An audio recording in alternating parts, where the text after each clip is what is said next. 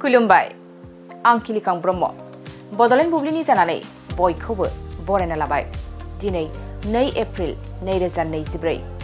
नोंथांमोननो बड'लेण्ड बुब्लिया दिनैनि साना मानि थाखाय मिथिजायो एबा दिनैनि सानाव मा हाबाफारि फालिनाय जायो नोंथांमोननो फारि फारि बड'लेण्ड बुब्लिया फोरमायगोन दिनैनि सानखौ वर्ल्ड अटिज्म एवारनेस डे महरै फालिनाय जायो अटिज्म गोनां सुबुंफोरा गावसोरनि रुजुजायै अनथोब आरो जेंनाफोर गोनांथिफोर आरो लुबैनायफोर गोहो आरो लोरबांथिफोर गोनां सुबुंफोर बियो जों बयनिबो गावारि बाथ्राखौ सांग्रां खालामनो थाखाय फालिनांगौ बेनिखायनो जों मानसिफोरखौ बिसोर सोर बेनि थाखाय नाजावनो हानायनि थाखाय आरो बिसोरखौ जौगाहोनायाव मदद खालामनो थाखाय फालिनाय जायो बेनि अनगायैबो दिनैनि सानखौनो national parade day national peanut butter day and jelly day आरो इन्टारनेशनेल चिल्ड्रेन्स बुक डे महरै फालिनाय जायो नोंथांमोननो बड'लेण्ड बुब्लिया दिनैनि सानाव मा हाबाफारिजों मिथिजायो आरो मा हाबाफारिखौ फालिनाय जायो फोरमायबाय गोजोन्थों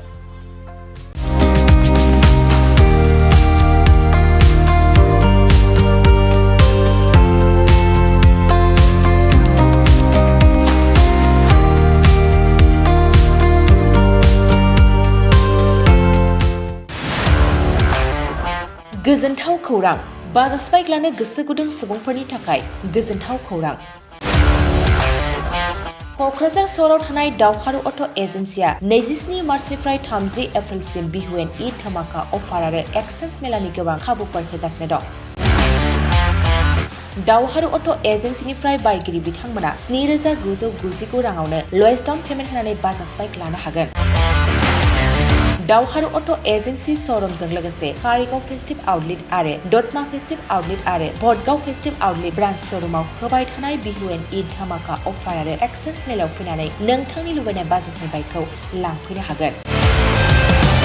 बाजाजनि बाइक सालायनो मोजां मोनग्रा रायजो राजाफोरनि थाखाय दावहारु अट' एजेन्सि श'रुमा बेनि अनगायैबो गोबां मोजां अफार लाबोदों बेफोर अफारफ्रानो जाबाय जेरै helmet free 5 litre petrol free आरो गासैबो मडेलनि एक्सचेन्ज खाबुआ एभेलेबल जागोन आरोबाव गुबुन मोनसे मोजां खाबुआ जादों 500 रां होग्रोनानै गोसोबादि बाइकखौ नोंथाङा आवगायना दोननो हागोन गोबां बाथ्रा मिथिबावनो थाखाय 60000399878822018193 जानबुं नाम्बारनि गेजेरजों खौरां लाहरनो हागोन